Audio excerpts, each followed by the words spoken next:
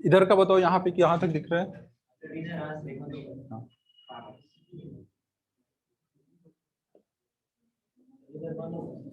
हाँ उधर बन रहा है तो बाद में बंद हो जाएगा, यहाँ दिख रहा है ना।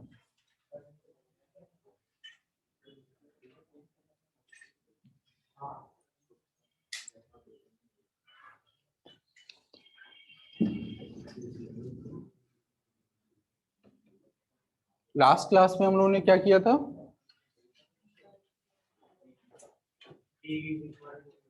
एक तो सेल्फ एनर्जी का किया था, और फिर उसके बाद क्या किया था? पोटेंशियल डिफरेंस और relation between E and B ना, ये तीन चीजें की थी।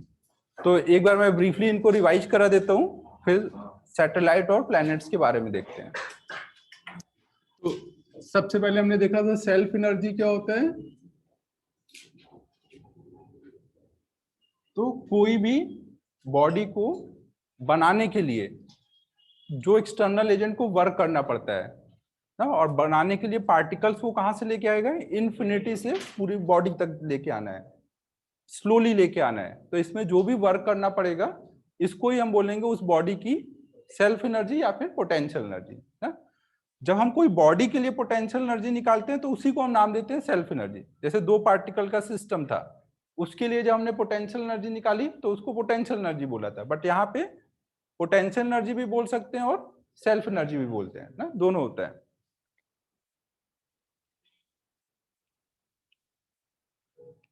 तो अब बस वो निकालने के लिए मैंने 2 बॉडी के लिए लिया था। एक हॉलो स्फीयर का निकाला था। हॉलो स्फीयर का सेल्फ एनर्जी कितना आया था? -gm/2r, gm²/2r, रेडियस अगर r है हॉलो स्फीयर का।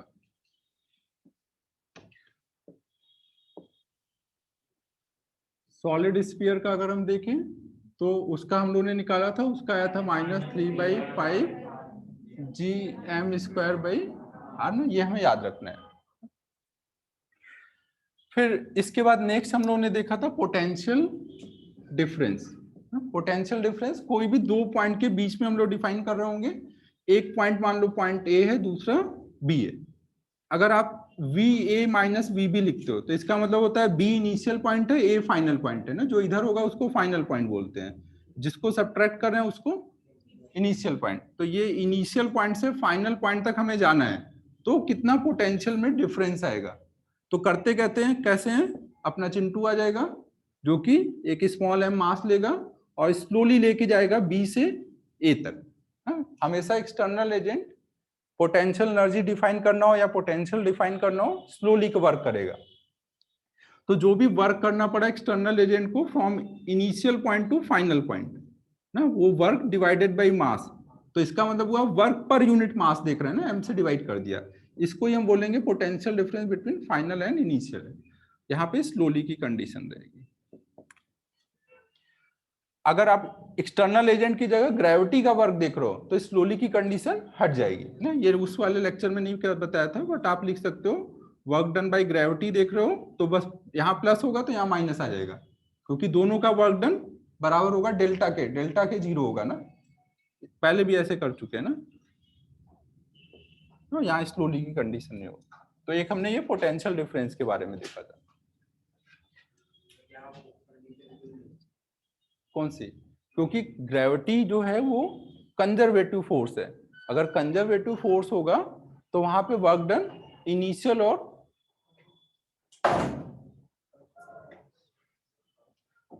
एक तो उधर बैठ जाओ, हाँ वहां बैठ जाओ, एक इधर बैठ जाओ, तुम चेयर लेके बैठ जाओ वहां पर। अरे अभी और भी लोग आ गए। हाँ लास्ट पे उधर। अच्छा 3 बैठ गए उधर, लास्ट में उधर बोला था बैठना। ठीक है फिर बैठो उधर ही। फिर है तो बट वो ये बहुत पास पास हो जाएंगे ना। बैठो फिर यहीं बैठो।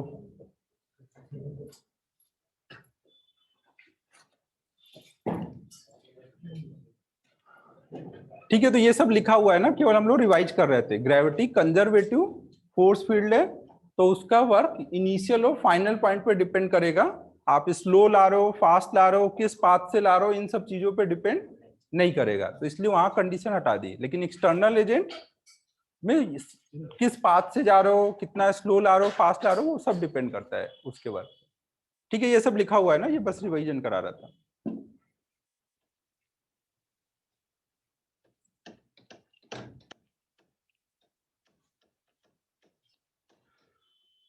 फिर नेक्स्ट और क्या देखा था लास्ट क्लास में?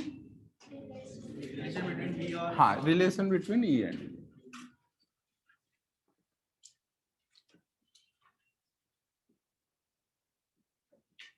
ग्रेविटेशनल फील्ड इंटेंसिटी और बी में रिलेशन।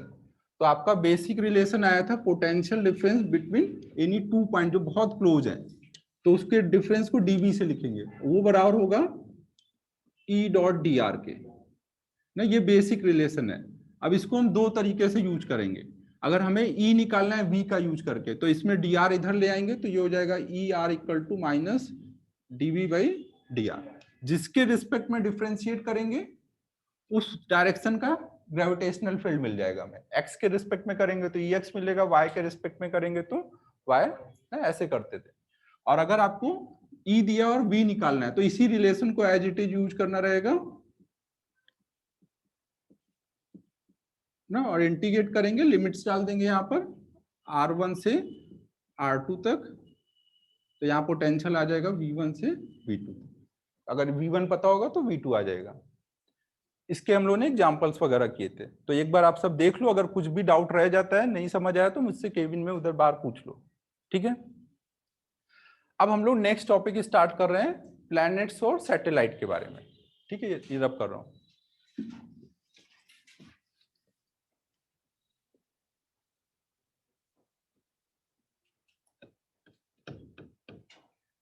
ये सब नोट नहीं करो, सब है पहले से लिखा हुआ है ना।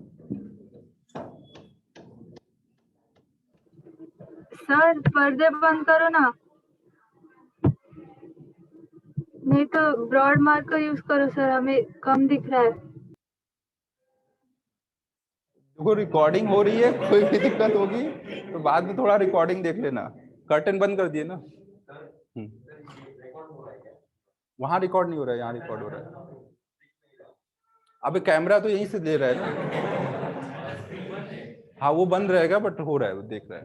हाँ एक्चुअली लास्ट टाइम क्या हो रहा था, यहीं रिकॉर्ड कर रहा था, यहीं से जूम चला रहा था, कॉल आता था बंद हो रहा था, तो इसलिए मैंने इस बार चेंज किया, इसका कैमरा यूज कर रहा हूँ और लैपटॉप पे सारा काम कर रहा हूँ, ताकि कॉल आए तो कुछ ज्यादा दिक्कत ना हो जाए। तो अब देखो हम लोग नेक्स्ट देखने जा रहे हैं प्लैनेट्स और सैटेलाइट के बारे में।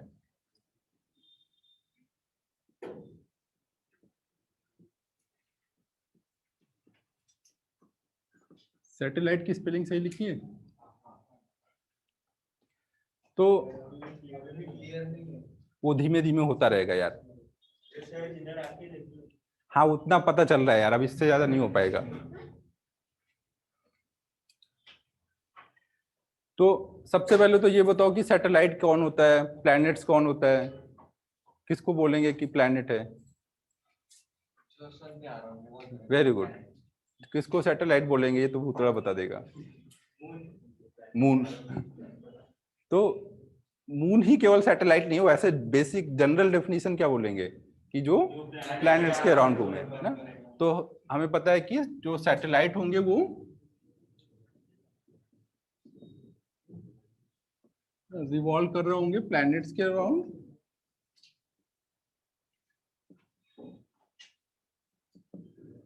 और प्लैनेट्स जो होंगे वो सन के अराउंड रिवॉल्व कर रहे होंगे।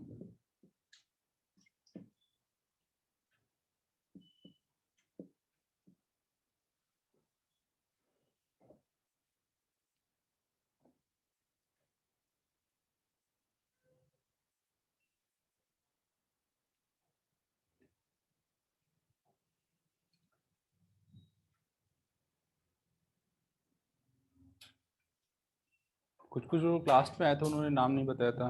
तू क्लास में आया था? यस, चौरडिया। स्कूल कौन सा था तेरा? Horizon academy. अच्छा, और स्कूल? अशोका। क्रिस धनिया स्कूल डॉन बॉस्को स्कूल यस सेवालकर स्कूल किल बिल सटाना। अच्छा उधर भी किल बिल है। ओके ठीक है। तो हम लोग देखो पहले सैटेलाइट के बारे में देखेंगे फिर प्लैनेट्स के बारे में देखेंगे। प्लैनेट्स के लिए एक कैपलर लॉ है वो देखेंगे, फिर उसको यूज करते हुए प्लैनेट्स के बारे में पढ़ेंगे कि वो सन के राउंड कैसे रिवॉल्व करते हैं। तो सबसे पहले हम लोग सैटेलाइट के बारे में स्टार्ट कर रहे हैं।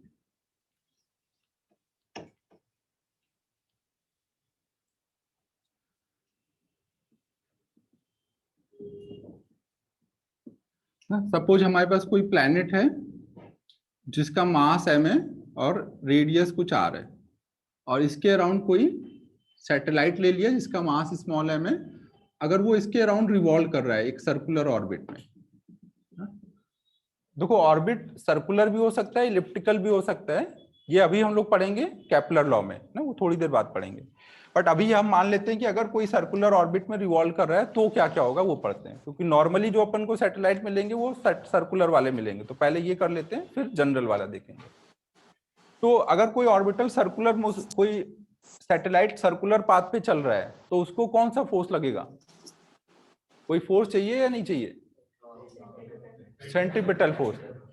सेंट्रीपिटल फोर्स कोई अलग से फोर्स आएगा या कोई वहां फोर्स होगा जो एक्ट करेगा एज ए सेंट्रीपिटल फोर्स? हाँ, कोई ना कोई वहां फोर्स होगा जो एक्ट करेगा एज अ सेंट्रीपिटल फोर्स। तो यहाँ पे कौन एक्ट कर सकता है एज अ सेंट्रीपिटल फोर्स?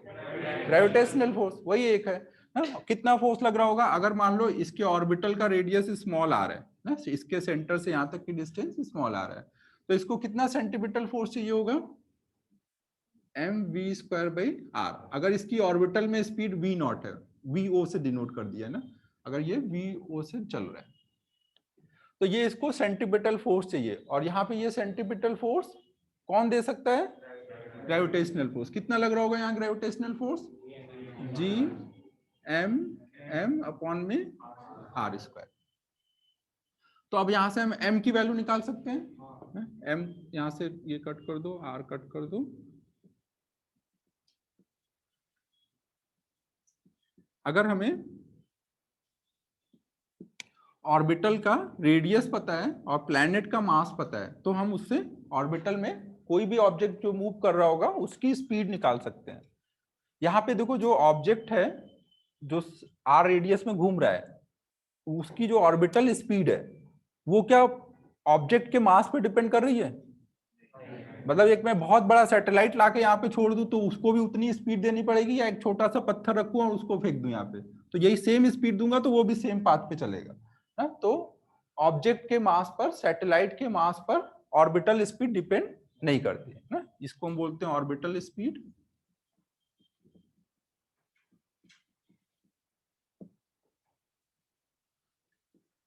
और हमें ध्यान रखना है कि ऑर्बिटल स्पीड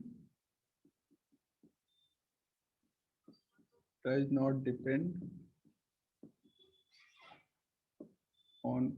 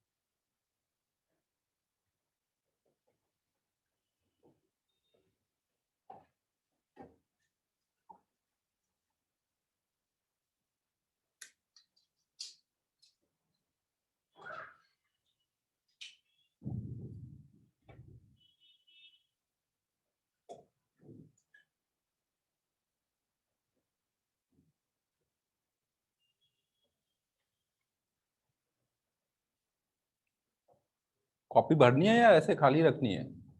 हो गया, अच्छा वेरी गुड। मुझे लगा कि उसको बोल रहा हूँ पुत्रा को।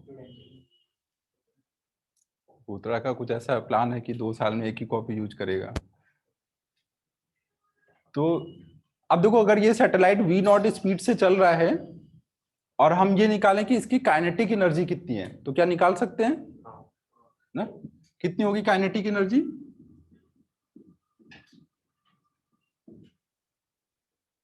अगर हमें उसकी स्पीड पता है तो हाफ एम वी स्क्वायर लगा देंगे ना, तो काइनेटिक एनर्जी इक्वल टू आ जाएगा half m v square. V की वैल्यू यहां से डाल देंगे,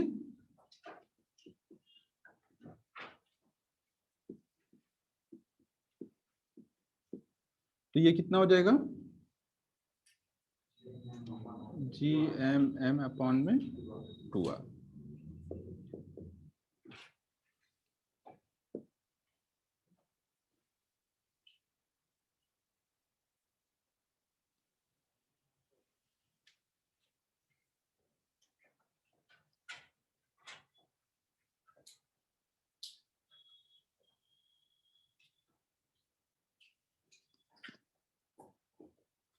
ये देखो वायर उधर तक जा रही है क्या?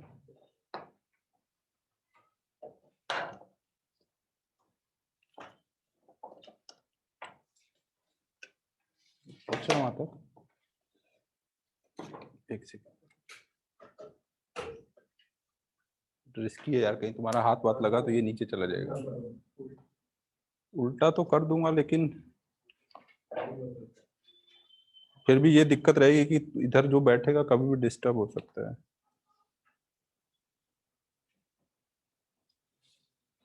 क्या रहने दो, अभी चार्जिंग को निकाल दो, जब एकदम खत्म होगा तभी लगाएंगे। अभी इधर ही रख दो।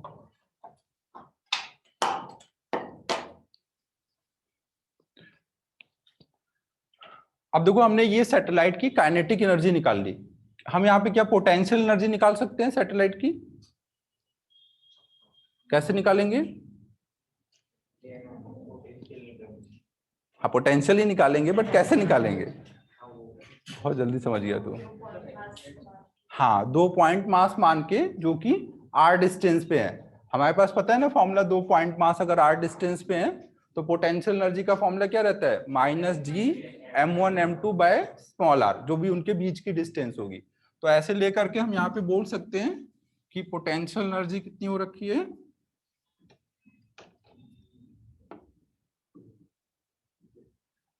पोटेंशियल एनर्जी को यू से दिखाते हैं ना, तो वो कितनी हो जाएगी? -g m by small r।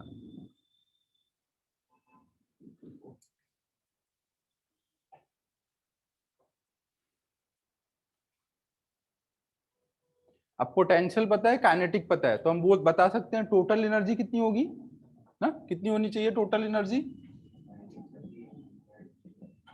Kinetic energy plus potential energy, दोनों को ऐड करोगे तो कितना हो जाएगा? -g m/2r।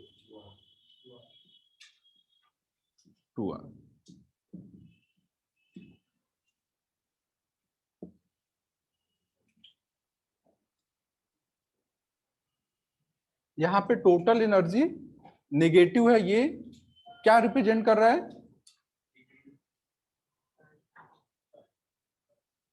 यहाँ पे टोटल एनर्जी नेगेटिव है, ये रिप्रेजेंट कर रहा है कि सैटेलाइट प्लैनेट के साथ बंधा हुआ है। जो ही नहीं कि बांधने के लिए एक रस्सी लगाएंगे तभी बंधा रहेगा प्लैनेट से, ग्रेविटेशनल फोर्स के थ्रू वो बंधा हुआ है, उसको छोड़ के भाग नहीं सकता। अगर इसको छोड़ के भागना है प्लैनेट को तो इन्फिनिटी तक जाना है, इन्फिनिटी तक जब चला जाएगा तो एनर्जी कितनी बोलेंगे उनकी? 0। अगर टोटल एनर्जी निगेटिव में है तो वहां पे हम बोलते हैं कि जो भी ऑब्जेक्ट है वो बाइंडेड कंडीशन में ना, बंधा हुआ है वो वहां पर ना? अगर आपको इस प्लैनेट को फ्री करना है, इस सैटेलाइट को फ्री करना है, तो इतनी एनर्जी अगर आप प्लस में दे दोगे तो वो फ्री हो जाएगा, फिर वो इन्फिनिटी पे पहुंच जाएगा। तो यहाँ पर ये पॉइंट नोट कर लो कि नेगेटिव साइन रिप्रेजेंट कर रहा है कि satellite is binded with planet.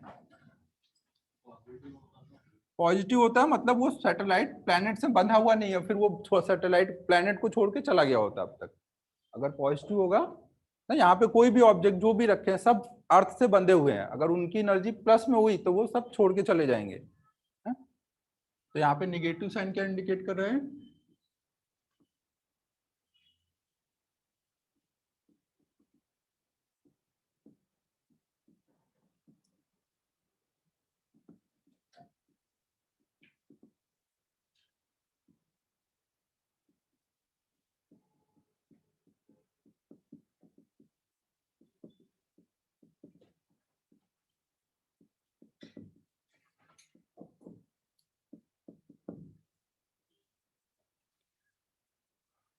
तो अगर हम यहाँ पे पूछे कि सैटेलाइट की बाइंडिंग एनर्जी बताओ कितनी है, तो कितनी बोलोगे?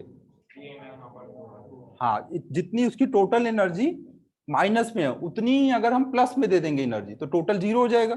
जीरो करने के लिए जितनी भी मिनिमम एनर्जी देनी पड़ती है उसी को हम क्या बोलते हैं?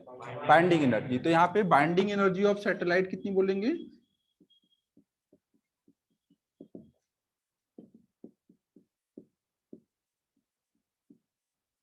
ये आपको देना पड़ेगा तब जाकर के वो भाग पाएगा।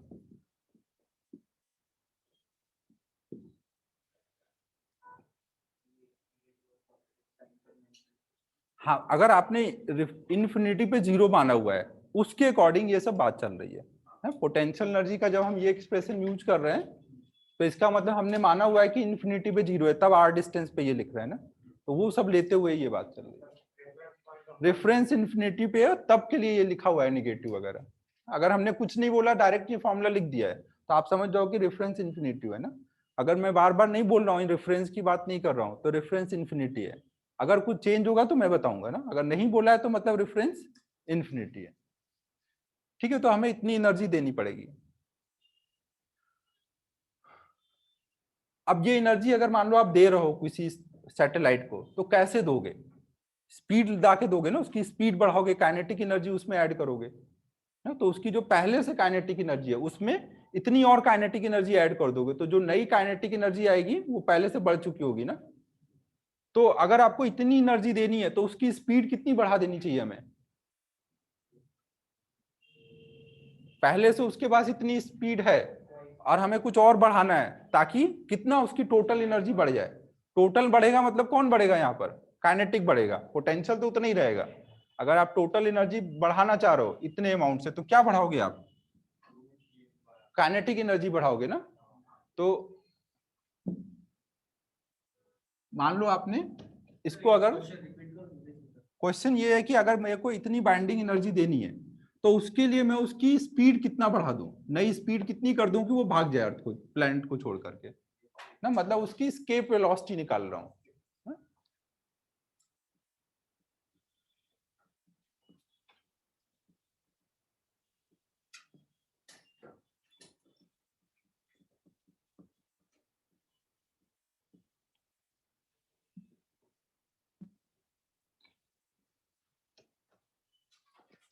अगर मान लो आपने उसको नई वेलोसिटी उसको वी दे दिया है, वी नॉट से बढ़ा करके उसकी वेलोसिटी वी कर दिया, तो जो नई काइनेटिक एनर्जी होगी और पुरानी काइनेटिक एनर्जी होगी उसका डिफरेंस किसके बराबर होना चाहिए?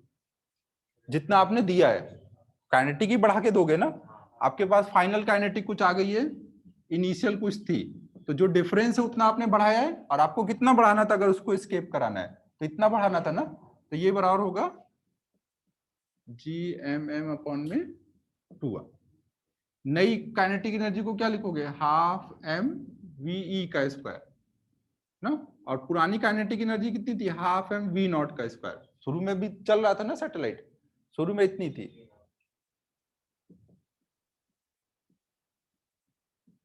वी नॉट की यहाँ वैल्यू डाल दो, वी नॉट की वैल्यू डाल दोगे और एम यहां से हर जगह से कैंसिल कर दो। देखो यहाँ पे वी नॉट को डालने की जगह अंडर रूट GM/R को डाल देते हैं वी नॉट के टर्म में। अभी हमने पीछे देखा था ना, अंडर रूट GM/R की वैल्यू क्या थी वी नॉट के टर्म में? वी नॉट बराबर था अंडर रूट GM/R। तो जहां पे GM/R है वहां पे हम क्या लिख सकते हैं? वी नॉट स्क्वायर ना, तो हम यहाँ पे ऐसे लिख सकते हैं VE, टू हर जगह से कट कर देते हैं, का स्क्वायर माइनस वी नॉट का square equal to v not का स्क्वायर। ठीक है, तो ये अब इधर आ जाएगा, VE इक्वल टू आ जाएगा 2V0 स्क्वायर, मतलब VE आ जाएगा √2V0। मतलब अगर हम सैटेलाइट की स्पीड को √2 के फैक्टर से बढ़ा दें तब वो स्केप कर जाएगा, √2 या उससे ज्यादा करोगे तब वो स्केप कर जाएगा, उससे कम रहेगा तो स्केप नहीं करेगा। नोट कर लो यहां तक।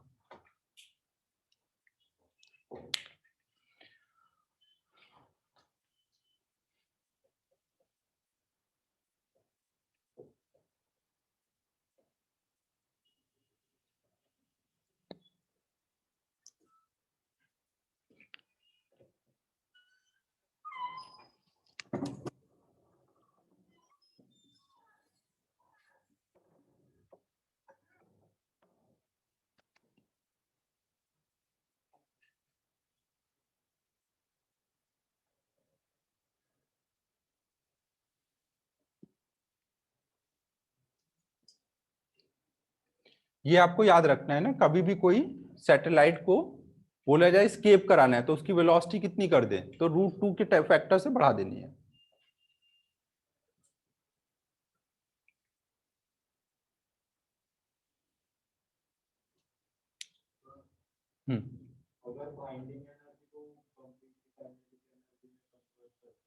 बाइंडिंग एनर्जी तो तुम्हें देनी होती है, और हमेशा एनर्जी कैसे दोगे, काइनेटिक एनर्जी के फॉर्म में, उसको स्पीड देके दोगे ना। बाइंडिंग एनर्जी वहां से पहले से कोई एनर्जी है नहीं, वो तो अभी तुम्हें सप्लाई करनी है।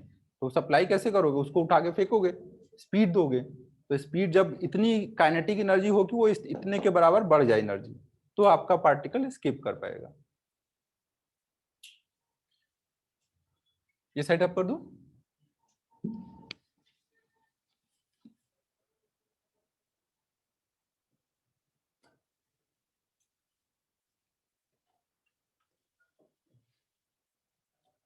ये भी हो गया है।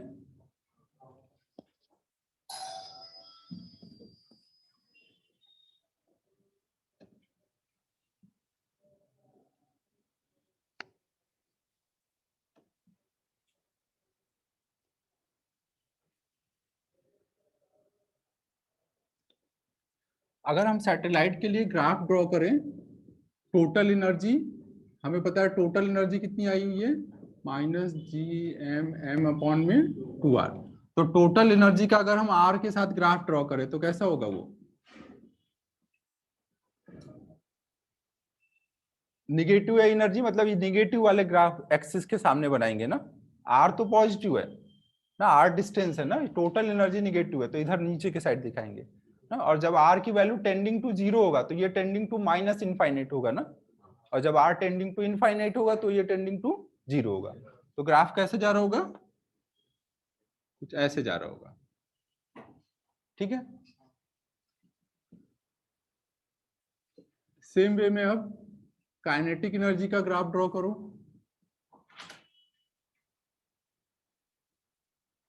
काइनेटिक एनर्जी वर्सेस आर का ग्राफ ड्रॉ करो।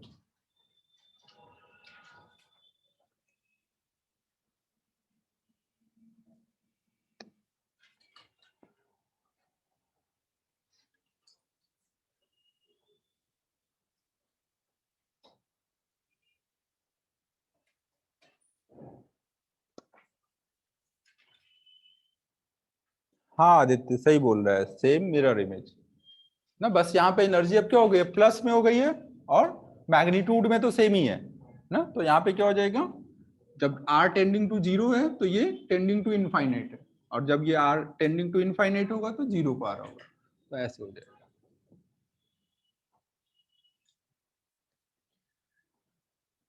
फिर पोटेंशियल एनर्जी इक्वल टू है -Gmm/r।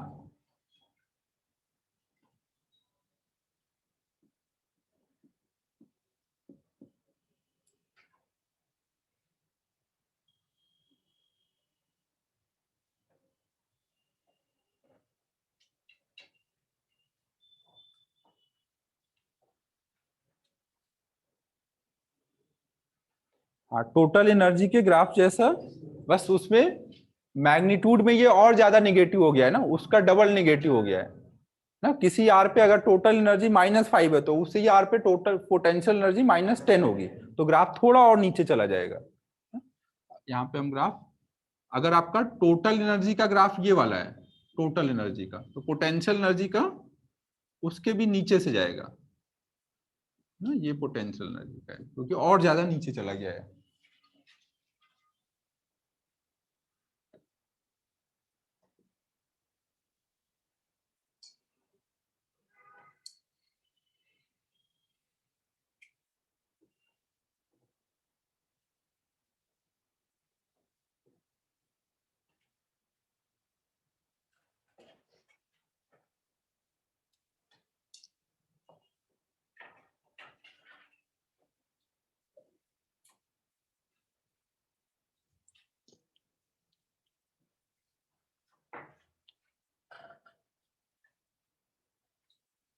ये वाला साइड अप करूं।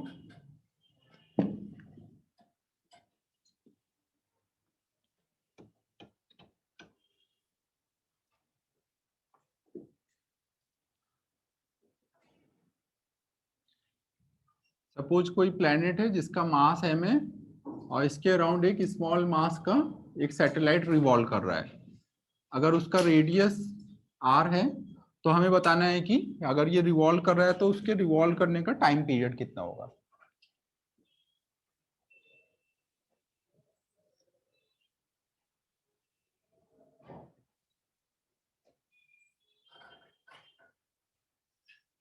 गिवन क्या क्या है, कैपिटल M, स्मॉल r।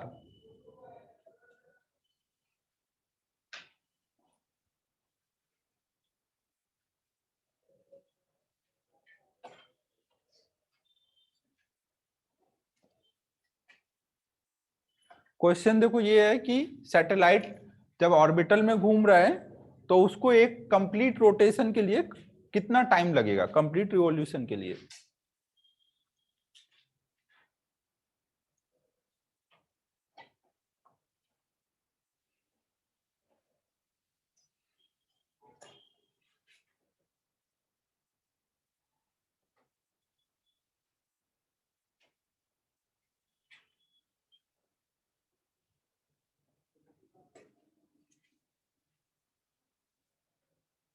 हो गया, कितना आया?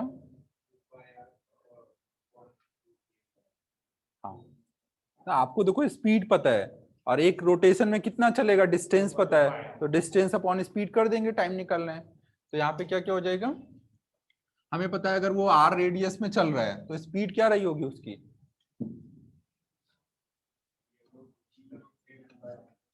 स्पीड उसकी रही होगी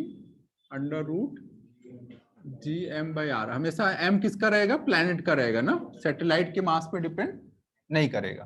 फिर टाइम के लिए आपको क्या चाहिए, डिस्टेंस अपॉन में स्पीड। डिस्टेंस कितना चल रहा है 2πr, और स्पीड किस स्पीड से चल रहा है √gm/r।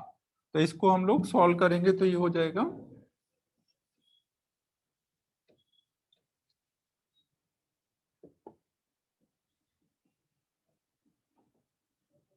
इसको ऊपर ले आएंगे, r को अंडर रूट के अंदर कर लेंगे, तो अंडर रूट के अंदर आएगा तो r² और एक r ऊपर आएगा, तो ये r³ में gm।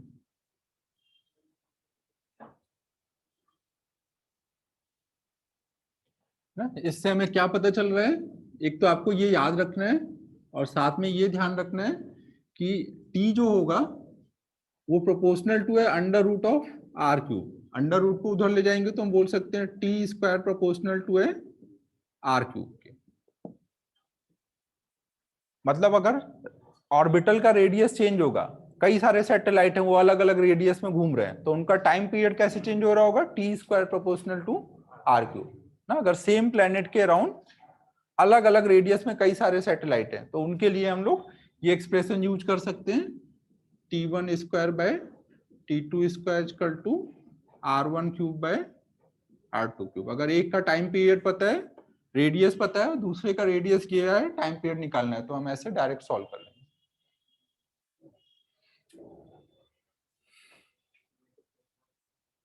हाँ, केपलर लॉ भी यही चीज है, हाँ वैसे डिराइव हुई होगी।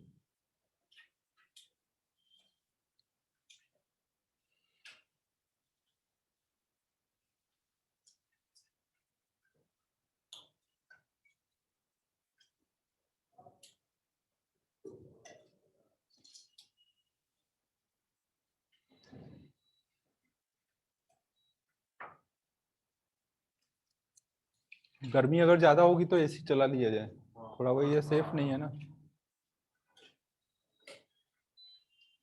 चलाओ, देखो रिमोट लगेगा क्या, रिमोट लाना पड़ेगा, निखिल को बोलो रिमोट ला के दे दे एसी का।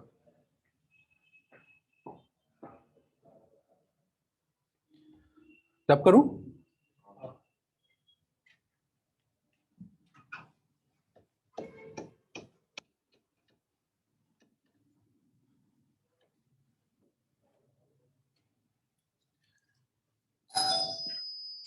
जैसे एक प्रॉब्लम करते हैं, एक कोई प्लेनेट है और उसके अराउंड दो सैटेलाइट हैं S1 S2।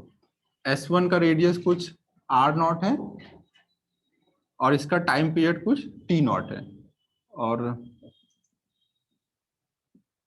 S2 के लिए रेडियस कुछ R है, ये मान लो R1 है और ये R2 है। इसका टाइम पीरियड T1 की वैल्यू T0 है और T2 की वैल्यू 8 T0 है। तो R2 की वैल्यू कितनी होगी ये निकालना है ना। दो सैटेलाइट हैं, एक का टाइम पीरियड T0 है, दूसरे का 8 T0 है। एक का रेडियस दिया है R0, तो दूसरे का रेडियस निकालना है।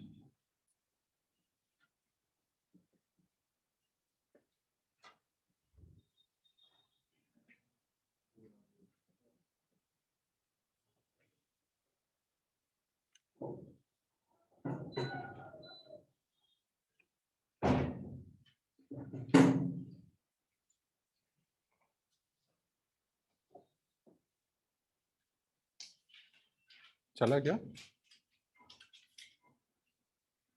ये भी इतने दिनों से चला नहीं है बेचारा, चलने में दिक्कतें करेगा। चल गया शायद ना, हवा आई है उधर।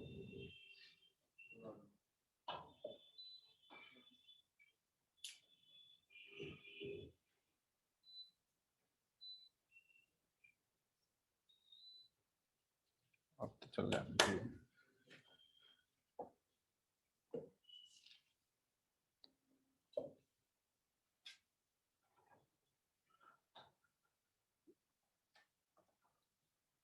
फोर आर वन तो नहीं आना चाहिए। कितना? आर नॉट आ रहा है? अच्छा 4 आ रहा है, ठीक है।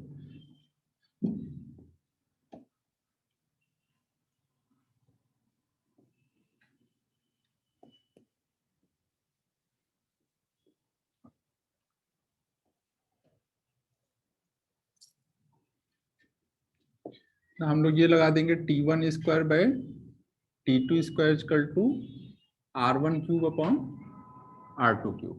T1 की वैल्यू दी है T0 और दूसरे की दी है 8 T0 का स्क्वायर। इधर R1 की वैल्यू R0 का क्यूब, R2 की वैल्यू हमें निकालनी है। तो T0 कट जाएगा, यहाँ पे स्क्वायर होगा तो 8 का स्क्वायर कितना आ जाएगा? 1/64। ये हमारा R0/R2 का क्यूब है। क्यूब को उधर ले जाएंगे तो क्यूब रूट आएगा, तो इसका क्यूब रूट कितना आएगा? 4। तो यहां से हो जाएगा 1/4 इक्वल टू R0/R2। तो R2 इक्वल टू आ गया 4।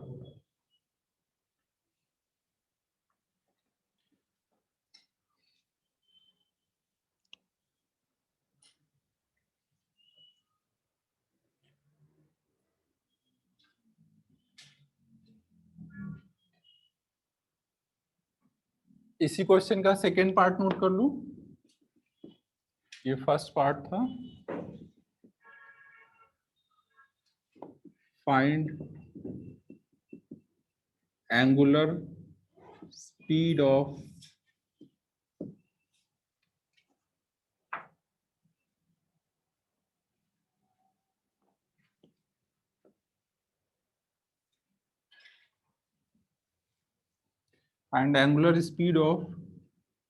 S2 with respect to S1 when S1 and S2 are closest to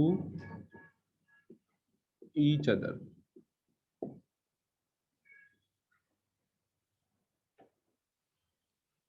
ना जब S1 S2 एक दूसरे के एकदम क्लोजेस्ट थे, उस टाइम पर S2 की एंगुलर स्पीड निकालनी है with respect to S1। General formula आपको पता होगा, एंगुलर स्पीड किसी के भी रिस्पेक्ट में कैसे निकालते हैं, तो वो यूज करो।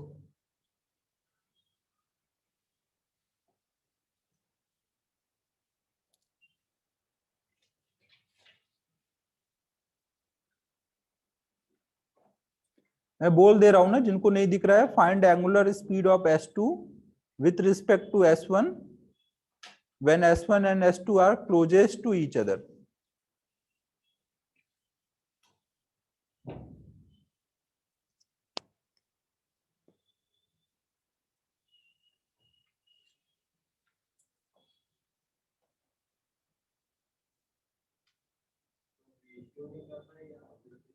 देख पढ़ के क्या समझ आ रहा है?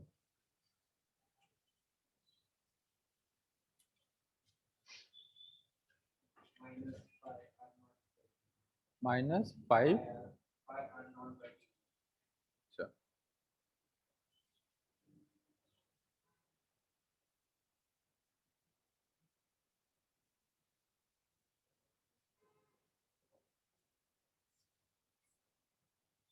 ये रब कर दूं?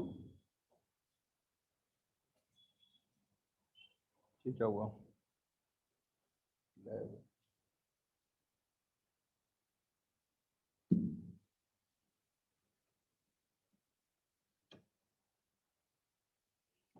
देखो ये जो डायग्राम बना हुआ है, इसी सिचुएशन में ये क्लोजेस्ट डिस्टेंस पे होंगे ना। इसके अलावा अगर ये यहाँ है, ये कहीं इधर आ गया तो डिस्टेंस बढ़ जाएगी ना। सबसे क्लोजेस्ट डिस्टेंस यही है। इसकी अगर अभी डिस्टेंस r0 है और इसकी डिस्टेंस ये कितनी है 4r0, तो इनके बीच की ये डिस्टेंस कितनी आ जाएगी 3r0। ये अभी मान लो इधर को कुछ v1 से जा रहा है और ये इधर को v2 से जा रहा है ना। तो रिलेटिव एंगुलर स्पीड कैसे निकालते थे? अगर एक ऑब्जर्वर है, दूसरा ऑब्जेक्ट है, इसके रिस्पेक्ट में इसकी रिलेटिव एंगुलर स्पीड निकालनी है, मतलब एंगुलर स्पीड निकालनी है। तो हम कैसे निकालते हैं? इनको जो मिलाने वाली लाइन है उसके परपेंडिकुलर वाली रिलेटिव वेलोसिटी डिवाइडेड बाय बीच की डिस्टेंस। तो रिलेटिव वेलोसिटी कितनी आएगी v2 बाय v1 ना। मैग्नीट्यूड देख रहे हैं, बाकी डायरेक्शन अलग से हम देख लेंगे ना। जो भी परपेंडिकुलर वाली वेलोसिटी होगी उसकी वैल्यू कितनी आएगी v2 माइनस v1 अपॉन में बीच की डिस्टेंस। इसी को बोलते हैं ना एक के रिस्पेक्ट में दूसरे की एंगुलर स्पीड। v2 की वैल्यू कितनी डालोगे? ये टोटल कितना चल रहा है 4r0 वाले रेडियस में चल रहा है और इसका टाइम पीरियड हमें पता है 8t0। तो डिस्टेंस पता है, टाइम पता है, तो स्पीड आ जाएगी। v2 की जगह हम कितना लिख देंगे 2 पाई r। r कितना है इसका 4r अपॉन में टाइम कितना है 8t0। तो ये कितना आ जाएगा r0 bye t0 into pi. सब कैलकुलेशन देख लो, सही है ना। v1 निकालेंगे तो वो कितना आएगा 2 पाई r0 इंटू t0। क्या लिख रहा हूं डिस्टेंस अपॉन में स्पीड है। तो यहां पर आया 2 पाई r0 अपॉन t1, मतलब v1 बड़ा है ना। तो जब इनका डिफरेंस लोगे तो यहां कितना आ जाएगा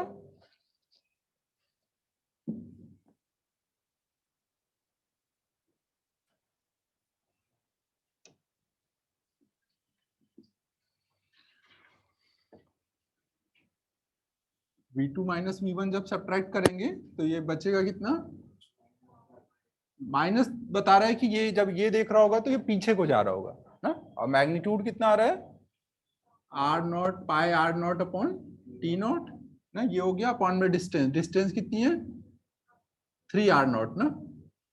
तो r0 कट गया, ये पाई अपॉन में 3t0 ना। ये हमारा ओमेगा हो गया ना। और S1 के लिए S2 किधर जाता दिख रहा है, इधर प्लेनेट है, यहाँ S1 यहाँ S2। जब ये देख रहा है तो ये पीछे को जाता दिख रहा है, क्योंकि ये खुद फास्ट जा रहा है ना, तो उसके लिए वो पीछे जाता दिख रहा होगा।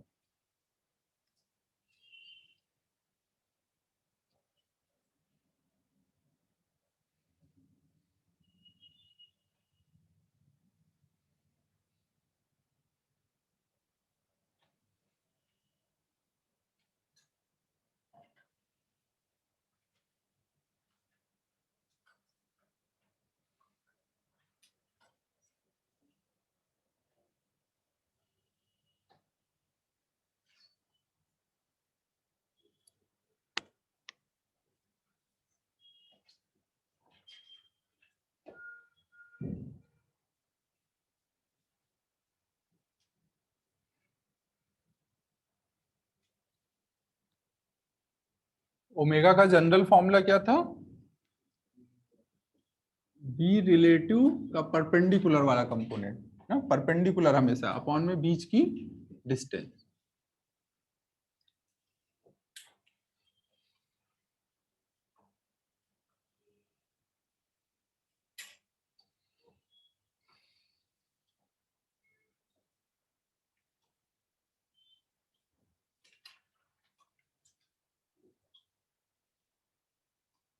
कब किया जाए?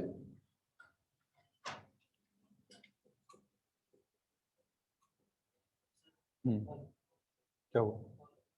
आने दो कॉल।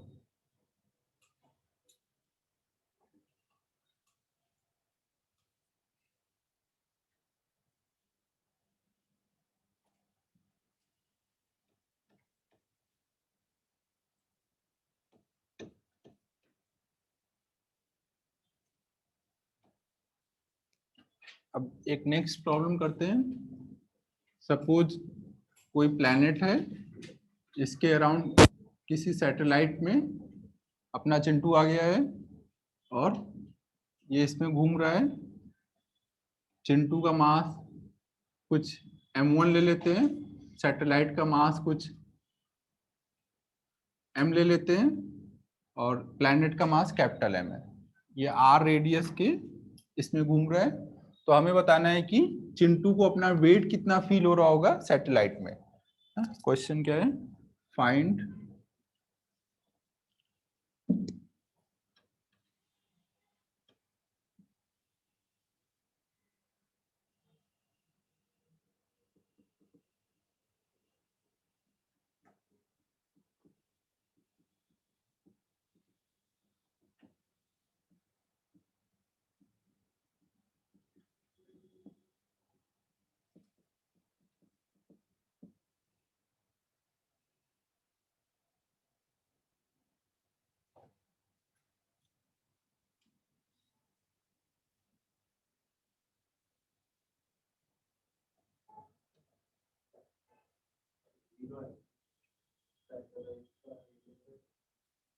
नहीं, उसकी जरूरत नहीं है।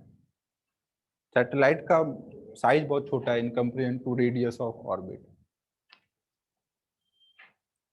जीरो आ जाएगा क्या? तुझे भी जीरो बोल रहा है? जीरो कैसे हो जाएगा यार? इतना भारी चिंटू होगा सैटेलाइट में, उसको फील ही नहीं होगा। फ्री फॉल में होगा। फ्री फॉल में तो नीचे गिरते हैं ना, घूम रहा है तो भी फ्री फॉल।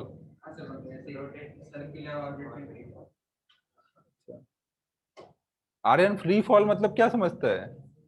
ऊपर से कोई कूद गया, हाँ ऊपर से नीचे गिर रहा है, फ्री फॉल है। नीचे से ऊपर फेंकेंगे तो भी फ्री फॉल है। घूम रहा है तो फ्री फॉल बोलेंगे क्या? वही तो ये समझ नहीं रहा है श्रेयस यार, फ्री फॉल कर रहा है। हाँ, वो तो मना कर रहा है कि मैं नहीं बोल रहा। हाँ,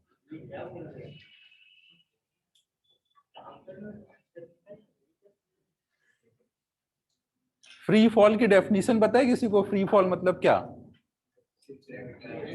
हाँ, कोई भी ऑब्जेक्ट जब केवल ग्रेविटी के अंडर मूव कर रहा है तो उसको हम क्या बोलते हैं? Free fall motion. उसमें नीचे गिर रहा है, ऊपर जा रहा है, सर्कल में चल रहा है, इससे कोई मतलब नहीं है। अभी प्लैनेट का केवल ग्रेविटेशनल फोर्स ही लग रहा है ना पर्सन और सैटेलाइट पर, तो वो भी क्या है? फ्री फॉल मोशन है ना। तो सर्कुलर पाथ पे चल रहा है वो भी फ्री फॉल है ना। ये नहीं कि ऊपर जा रहा है नीचे जा रहा है तभी बोलेंगे फ्री फॉल। फ्री फॉल मतलब मोशन अंडर ग्रेविटी को फ्री फॉल बोलेंगे। पाथ कुछ भी हो सकता है।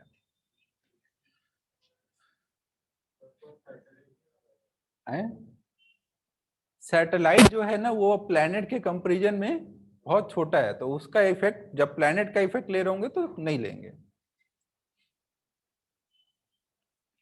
तो अब हमें इसका मास निकालना है, सॉरी वेट निकालना है। तो वेट निकालने के लिए हम कैसे सोचेंगे? अगर ये r रेडियस के ऑर्बिटल में घूम रहा है तो इसकी ऑर्बिटल में स्पीड कितनी रहेगी? v नॉट की वैल्यू हमें पता है कितनी होगी, √gm/r, ये होगी ऑर्बिटल स्पीड। अब देखो यहां पर एक तो ये प्लैनेट इस पर्सन को अपनी तरफ अट्रैक्ट कर रहा होगा ना, कुछ अट्रैक्शन का फोर्स लग रहा होगा, और ये सैटेलाइट के सरफेस पे खड़ा है तो उससे एक नॉर्मल लग रहा होगा ऊपर को ना। सैटेलाइट के सरफेस पे खड़ा है, उस पे नॉर्मल लग रहा है। अब ये नॉर्मल ही आपको अपेरेंट वेट के बारे में बताएगा। अगर नॉर्मल फील हो रहा है तो वेट है, अगर नॉर्मल जीरो आ रहा है तो अपेरेंट वेट जीरो होगा ना। नॉर्मल से ही अपेरेंट वेट निकलता है ना, पीछे भी अपन कई बार देख चुके हैं ना। अगर आप कोई सरफेस पे खड़े हो और सरफेस नीचे गिरने लग जाए तो आपको सरफेस पे फिर अपना वेट फील नहीं होगा ना, क्योंकि नॉर्मल जब तक नहीं आएगा तब तक आपको वेट फील नहीं होगा। तो यहाँ पे आपको अगर वेट निकालना है सैटेलाइट में, तो आपको क्या निकालना है, सैटेलाइट के सरफेस से इसको कितना नॉर्मल फोर्स मिलेगा, ये निकालना है। तो हम कैसे निकालेंगे, पर्सन भी क्या कर रहा है, सैटेलाइट के साथ साथ वो भी सर्कल में चल रहा है ना, तो पर्सन को भी सेंटीपिटल फोर्स चाहिए, और पर्सन को सेंटीपिटल फोर्स कौन देगा, एक तो इधर को ये प्लैनेट अपनी तरफ अट्रैक्ट कर रहा है वो फोर्स, और एक उसके पैर पे ऊपर को एन लग रहा है वो फोर्स, इन दोनों का रिजल्टेंट ही उसको सेंटीपिटल देगा ना। और सेंटीपिटल नीचे को चाहिए, मतलब इन दोनों में कौन सा बड़ा होना चाहिए, एफ, तभी इधर को मिल पाएगा फोर्स। तो हम बोल सकते हैं नेट फोर्स कितना मिल रहा है पर्सन को सेंटर की तरफ, एफ माइनस एन, ये बराबर होगा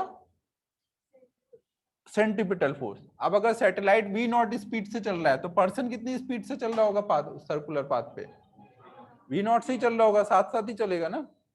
तो हम क्या बोल देंगे, m, पर्सन का मास m1 है, m1 v not square by r। अब यहाँ पे फोर्स लिखो, प्लैनेट और पर्सन के बीच में फोर्स कितना लग रहा होगा, ग्रेविटेशनल फोर्स है ना, g m m1 upon r square minus n equal to m1, v naught की वैल्यू डाल दो, v नॉट की वैल्यू यहां से डालोगे तो कितना आ जाएगा, स्क्वायर करोगे तो अंडर रूट हट जाएगा, जी एम अपॉन में आर। तो ये देखो क्या आ रहा है, जी एम m1 अपॉन में आर स्क्वायर, जो ये टर्म है वही ये टर्म है ना, तो इससे n की वैल्यू कितनी आई, तो इसका मतलब क्या हुआ, सैटेलाइट के अंदर कोई भी चीज रहेगा तो उसको अपना वेट फील नहीं होगा ना, क्योंकि जो भी अट्रैक्शन है अर्थ का वो सारा का सारा उसको रोटेट करने में जा रहा है ना, नॉर्मल कुछ वहां पे लग ही नहीं पा रहा है। तो ये आपको याद रखना है ना कि apparent wait in satellite will always be zero.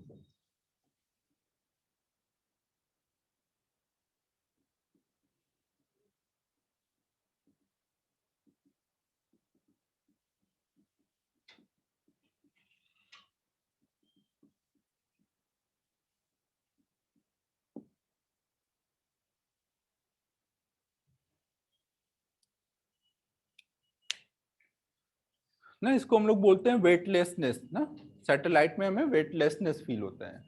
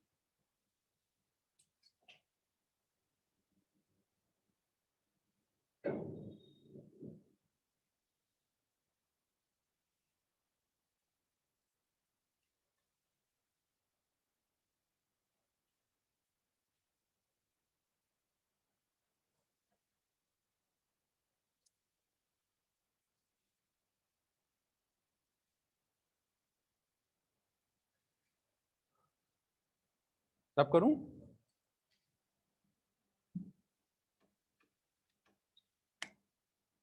अब इसी क्वेश्चन में मान लो ये अपने चिंटू ने सैटेलाइट से एक पत्थर बाहर निकाल के छोड़ दिया, एक पत्थर बाहर ड्रॉप कर दिया है, ये साइज नेग्लिजिबल है, वो इसी ऑर्बिट में छोड़ा हुआ है ना, यहाँ पे छोड़ा है, यहाँ पे मान लो एक पत्थर छोड़ दिया, तो वो पत्थर कितनी देर में अर्थ पे आके गिरेगा, हमें ये निकालना है। क्वेश्चन क्या है,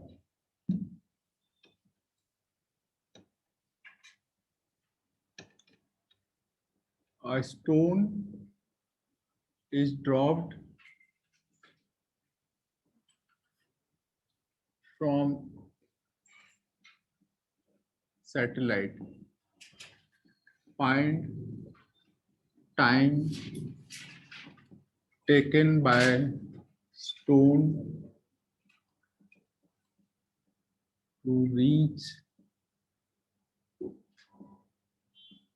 planet।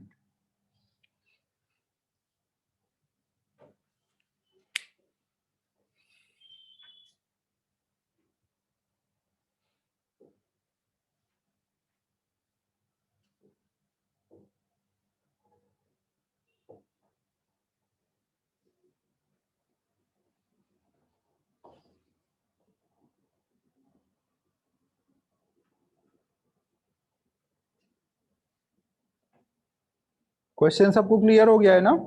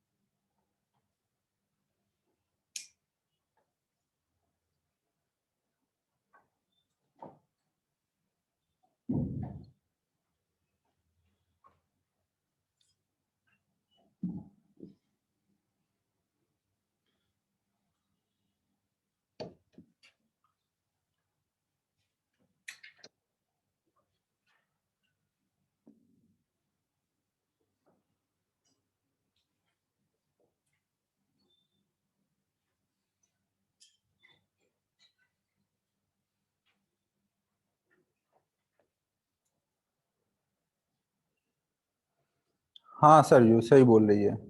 और कोई बताएगा? आएगा ही नहीं ना। हाँ, वेरी गुड। कोई भी मूविंग ऑब्जेक्ट से अगर हम किसी चीज को ड्रॉप करते हैं तो क्या कैरी होता है, वेलोसिटी या एक्सेलरेशन? वेलोसिटी ना, उसमें वेलोसिटी कैरी हो जाएगी। तो अगर ये v नॉट से चल रहा था इधर को, और इससे हमने कोई चीज को ड्रॉप किया, तो वो भी सेम स्पीड से इधर को ही चलेगा ना। डायरेक्शन के साथ वेलोसिटी कैरी होता है ना, मतलब मैग्नीट्यूड भी कैरी होगा और डायरेक्शन भी कैरी होगा। तो वो भी इधर को चलने लगेगा। अब चाहे बड़ा मास हो या छोटा मास, अगर हमने r डिस्टेंस पे v नॉट स्पीड दे दी तो वो फिर सर्कुलर पाथ पे चलने लग जाएगा ना। अब इस पे जितना सेंट्रीपिटल फोर्स चाहिए वो यहाँ से मिल जाएगा इनके अट्रैक्शन से ना। तो फिर वो continue to move in circular path ही रह जाएगा ना, कभी भी वो नीचे प्लेनेट पे नहीं आएगा। तो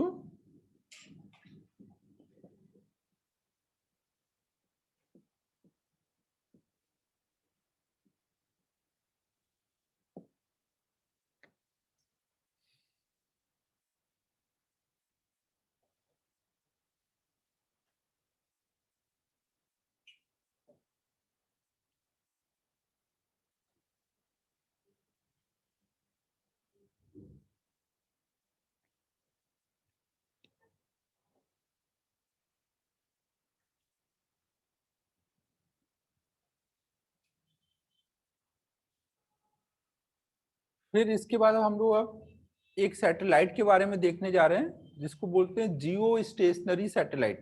नाम सुना है जियो स्टेशनरी सैटेलाइट? क्या क्या मतलब निकल रहा है जियो स्टेशनरी मतलब? हाँ, मतलब ऐसा सैटेलाइट जो प्लेनेट से स्टेशनरी दिखे ना। जियो स्टेशनरी मतलब, जियो मतलब वही प्लेनेट से, अर्थ से रिलेटेड है, और स्टेशनरी मतलब उसके रिस्पेक्ट में स्टेशनरी दिखे। तो उसके लिए क्या रेडियस होना चाहिए, हमें ये निकालना है। अर्थ से कितने डिस्टेंस पे जियो स्टेशनरी सैटेलाइट होना चाहिए।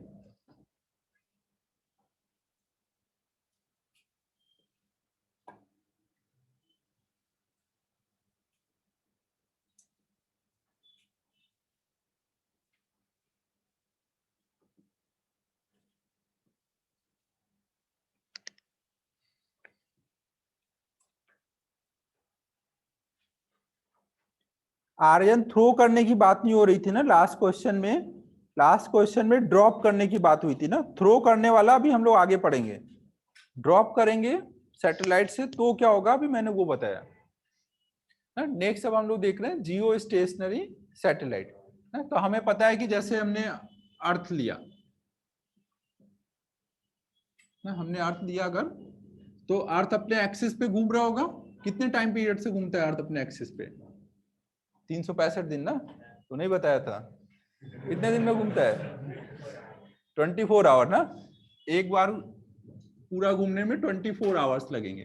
तो अगर कोई सैटेलाइट हो और वो भी यहाँ पे जब इसके अराउंड सर्कुलर पाथ पे घूम रहा हो ना, और अगर उसका भी टाइम पीरियड 24 आवर्स हो, तो क्या होगा, यहाँ पे जो भी पर्सन खड़ा होगा उसको हमेशा क्या दिखेगा कि मेरे सर के ऊपर है सैटेलाइट ना। ये अगर घूम के उस साइड गया, ये घूम के इधर पहुंचा, तब तक पर्सन भी घूम के इधर पहुंच जाएगा।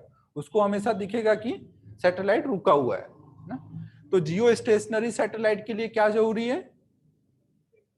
कि उसका टाइम पीरियड कितना होना चाहिए, 24 आवर होना चाहिए ना। तो पहला पॉइंट तो ये है कि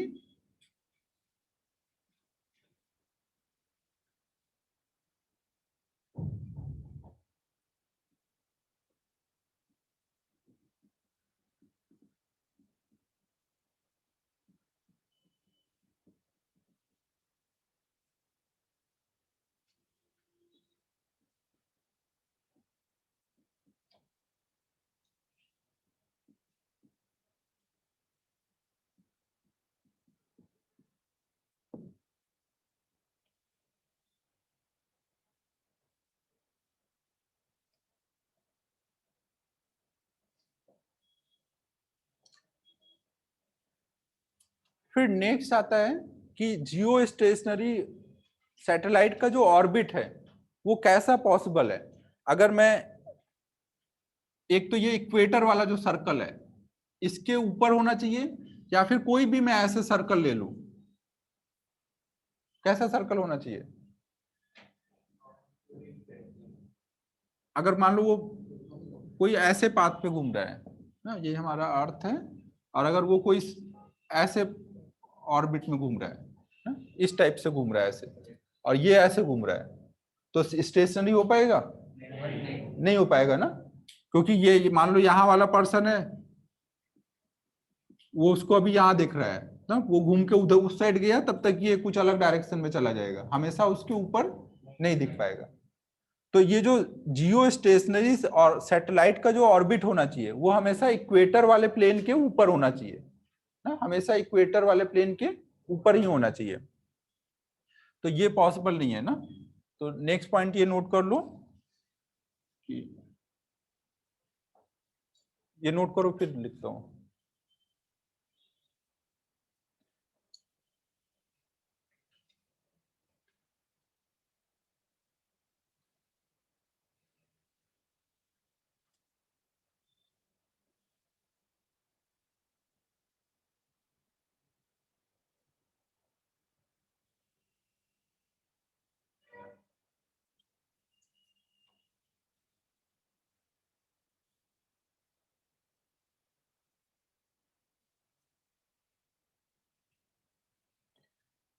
ये वाला लाइन रब कर दूं।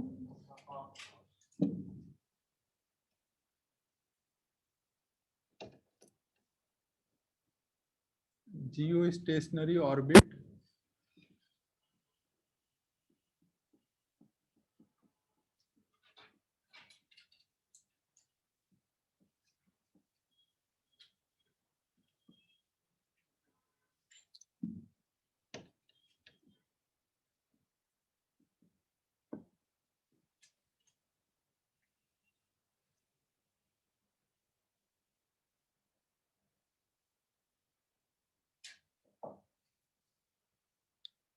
अब अगर हम ये सोचे कि जियो स्टेशनरी सैटेलाइट का अगर हमें टाइम पीरियड पता है, तो क्या हम इसका ऑर्बिट का रेडियस निकाल सकते हैं। अभी हमने पीछे एक फॉर्मूला देखा था ना, टाइम पीरियड और रेडियस को लेकर के, t equal to under root r cube by G M, अभी निकाला था ना टाइम पीरियड वाला फॉर्मूला। तो इस बार हमें टी पता है और आर निकालना है, तो हम निकाल सकते हैं। कितना हो जाएगा ये, हमें पता है टी इक्वल टू होगा under root r cube upon में जी एम। तो अगर हमें आर निकालना है तो ये कितना हो जाएगा, t square equal to r cube upon में जी एम। तो आर क्यूब इक्वल टू लिख सकते हैं t square into G M. हाँ 2 पाई, स्क्वायरिंग किया है तो यहाँ पे 4 पाई स्क्वायर आ जाएगा ना, ये नीचे चला जाएगा। क्या कर रहा हूं,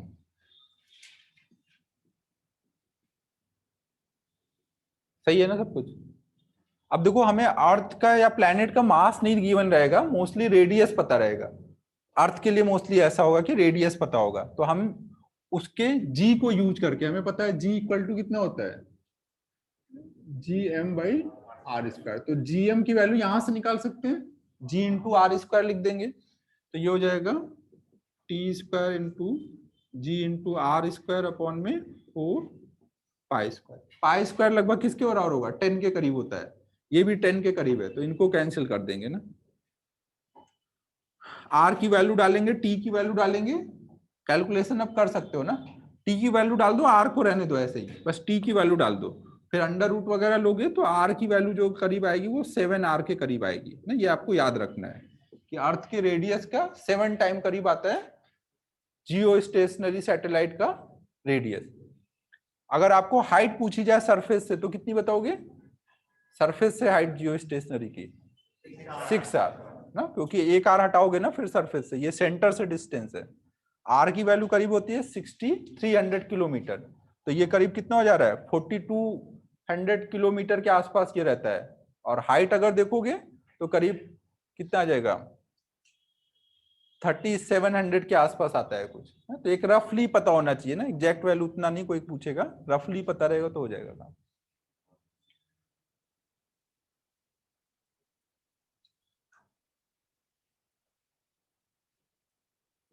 अब नेक्स्ट हम लोग स्टार्ट कर रहे हैं कैपलर लॉ।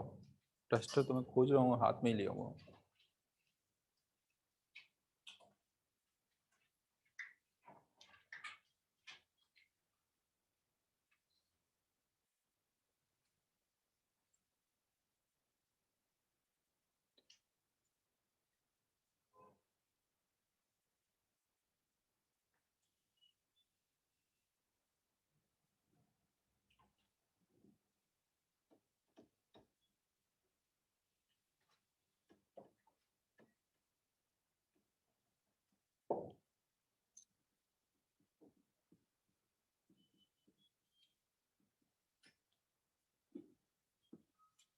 तो ये कैपलर लॉ क्या है? कैपलर ने, जो इनके गुरुजी थे उनके, उन्होंने कई मतलब ऑब्जर्वेशन लिया और उसके बेसिस पे कैलकुलेशन वगैरह किया, बट वो कोई डिसीजन पे नहीं पहुंच पाए कि प्लैनेट्स वगैरह कैसे सन के राउंड घूमते हैं। फिर उनके मरने के बाद उन्होंने जो लिखा था उसी को कैपलर ने स्टडी किया, और उन्होंने उसको स्टडी करके राइट डिसीजन पे पहुंचे कि क्या होता है।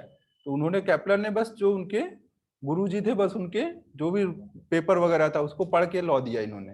इन्होंने देखो क्या बताया, कैपलर ने हमें 3 लॉ बताए। फर्स्ट लॉ क्या है इसका? Law of orbit.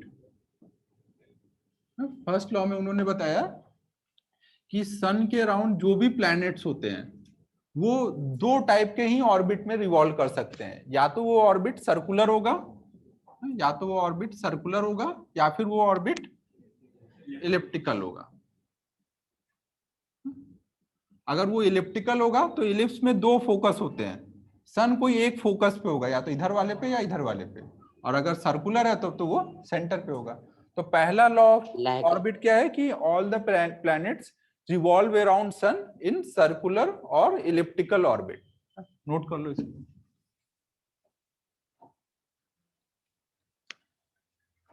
लैग हो गया।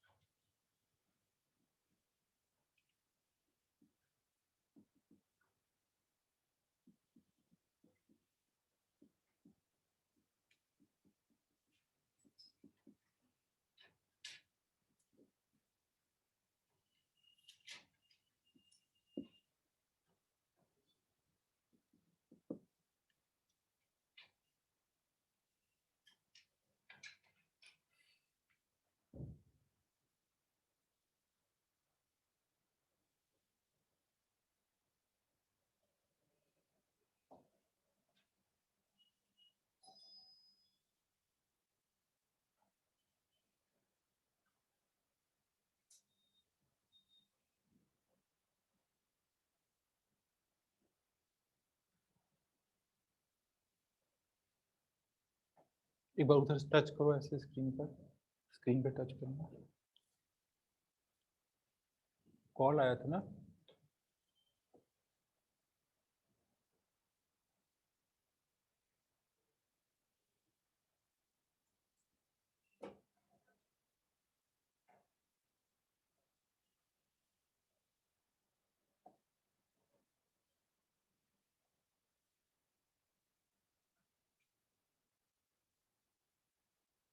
मोबाइल से इसीलिए क्लास पॉसिबल नहीं है, कॉल आ करके परेशानी करते रहते हैं।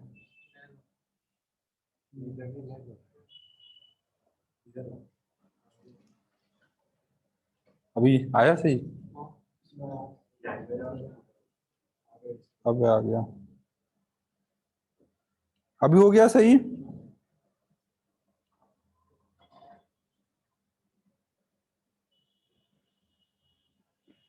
ठीक है, देखो यहाँ पे हमने अभी केपलर का फर्स्ट लॉ देखा।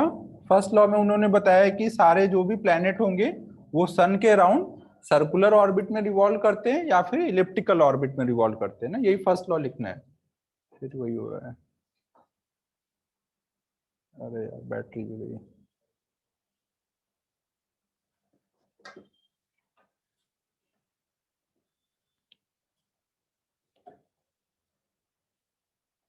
तो यहीं रखते हैं ना, थोड़ा सा इधर हो जाए, हाँ या तो इधर बैठ जाए। चमन भी अब देखो दिमाग सही लगा देता है। चमन को हम लोग शुरू में ज्यादा अंडर एस्टिमेट कर दिए थे।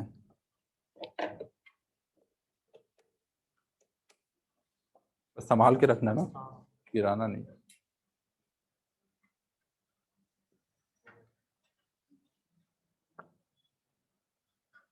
यार वो कॉल आ गया था बीच में, इसलिए थोड़ा दिक्कत हुई, अभी हो जाएगा सही थोड़ी देर में। फर्स्ट लॉ समझ आ गया है क्या?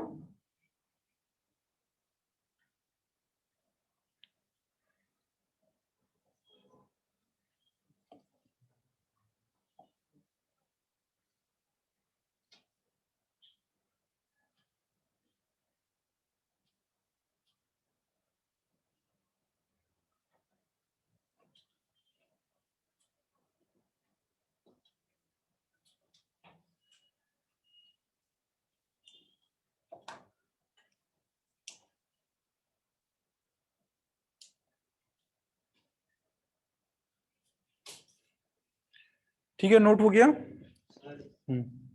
सर्कुलर का समझ में आता है, लेकिन इलेप्टिकली क्यों, मतलब इलेप्टिकल क्यों होता है, किस रीजन से? यार ये रीजन तो अभी मैथमेटिकली डिराइव करना बहुत डिफिकल्ट काम है, अभी नहीं हो पाएगा। जिसको तो तुम्हें अभी याद ही रखना पड़ेगा कि इलिप्टिकल होगा। हाँ कुछ बोल लो ना, और इसमें ध्यान रखना है, ये नोट रखना है कि जो सन होगा वो कोई एक फोकस पे होगा, सर्कल में सेंटर पे, और इसमें कोई एक फोकस। कुछ बोल रहे थे? इसी करो काम,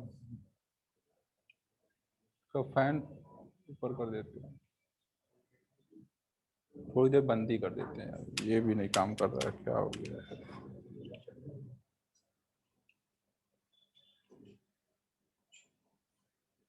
उधर स्विच बंद कर दो, दोनों बंद कर दो थोड़ी देर।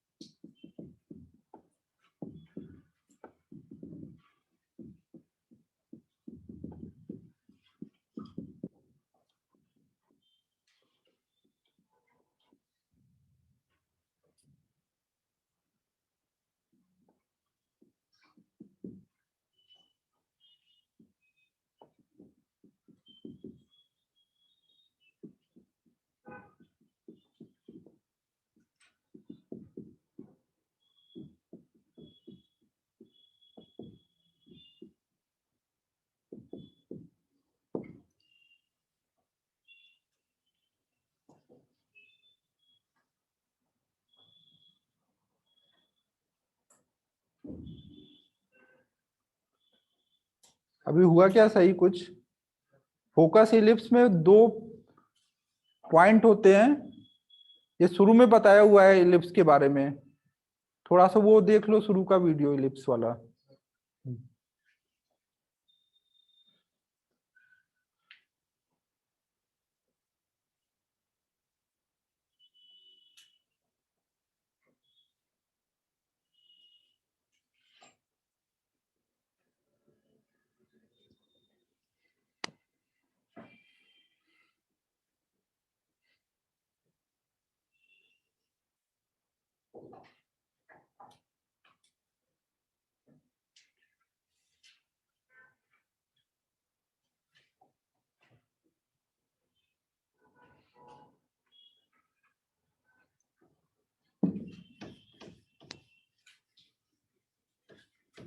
यहाँ पे देखो इलिप्स आ रहा है, तो मैं थोड़ा सा इलिप्स रिवाइज करा देता हूँ ना, ये आपको याद रखना है जो जो यहाँ पे मैं बता रहा हूँ। इलिप्स कुछ ऐसा ऑर्बिटल ऑर्बिट होगा सर्कल टाइप का, बस थोड़ा सा दबा दिया गया है ना। बाकी एक्चुअल में कैसे ये आता है वो बताया था शुरू में ना। इसमें ये दो एक्सिस होंगे, एक ये बड़ा वाला और एक छोटा वाला ना, इसको हम लोग बोलते हैं मेजर एक्सिस और इसको बोलेंगे माइनर एक्सिस। मेजर एक्सिस को अगर हम लोग 2a से दिखाएं और माइनर को नॉर्मली हम लोग 2b से दिखाते हैं, और ये जहां पे कट कर रहे होते हैं ना इसको सेंटर बोलते हैं। सेंटर में ई आर होगा ना, और इसमें ये जो पॉइंट होंगे इनको वर्टेक्स बोलते हैं। वर्टेक्स का अगर हम कोऑर्डिनेट निकालें तो कितना आएगा a,0, अगर इसको हम 0,0 बोल रहे हैं ना, ये a डिस्टेंस है ना, और उधर वैसे ही तो -a,0 ना, ये वर्टेक्स हो गया। और सेंटर और वर्टेक्स के बीच में इधर कहीं एक जगह पे फोकस आते हैं, दो फोकस रहते हैं F1 और F2। फोकस की सेंटर से डिस्टेंस कितनी होती है a इंटू ई, इसकी भी a इंटू ई, जहां पे e को क्या बोलते हैं, ई को एसेंट्रिसिटी बोलते हैं ना। अभी आप मान लो कि ये होता है ना, ज्यादा दिमाग नहीं लगाने का, इलिप्स पढ़ाया जाएगा ना मैथ में, अभी सर्कल हो रहा है ना, सर्कल के बाद अगला टॉपिक आएगा तो वहां पे बताया जाएगा। और ई की वैल्यू कैसे निकालते हैं, √1 - b² / a²। वो होने तो यार कितना क्या कर सकता हूँ।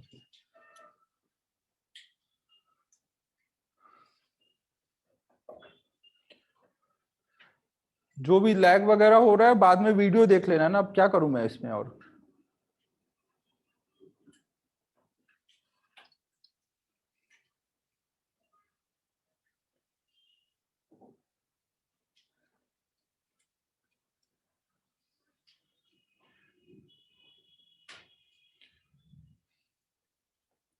ठीक है, इलिप्स के बारे में इतनी चीजें हमें ध्यान रखनी है ना, ये अभी हमें जरूरत पड़ेगी।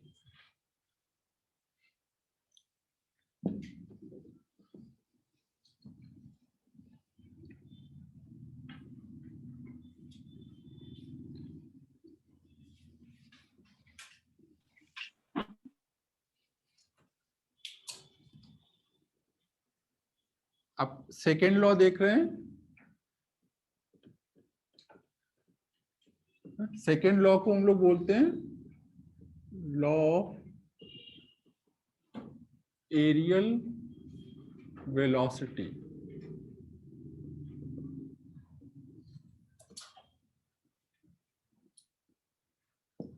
एरियल वेलोसिटी,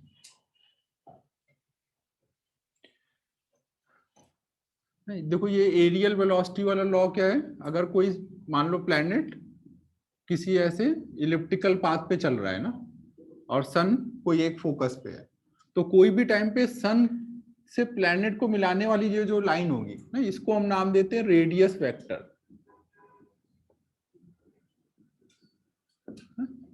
कोई भी टाइम पे सन से प्लैनेट को मिलाने वाला जो वेक्टर होगा उसको हम बोलेंगे रेडियस वेक्टर।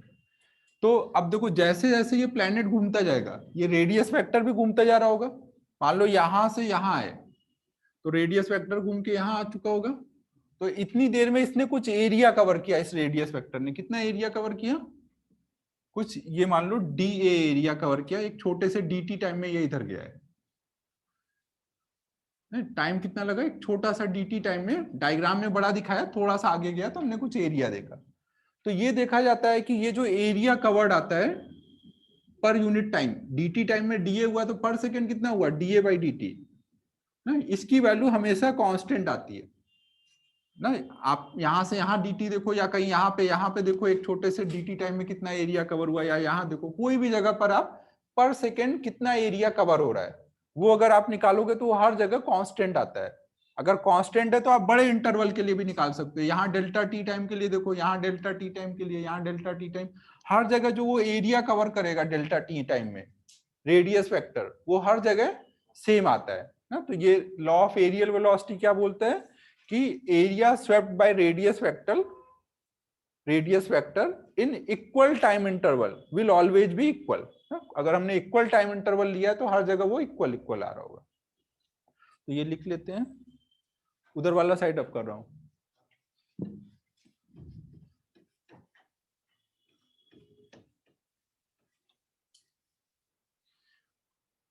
अब ये इक्वल कैसे आता है वो अभी प्रूव करके निकालूंगा।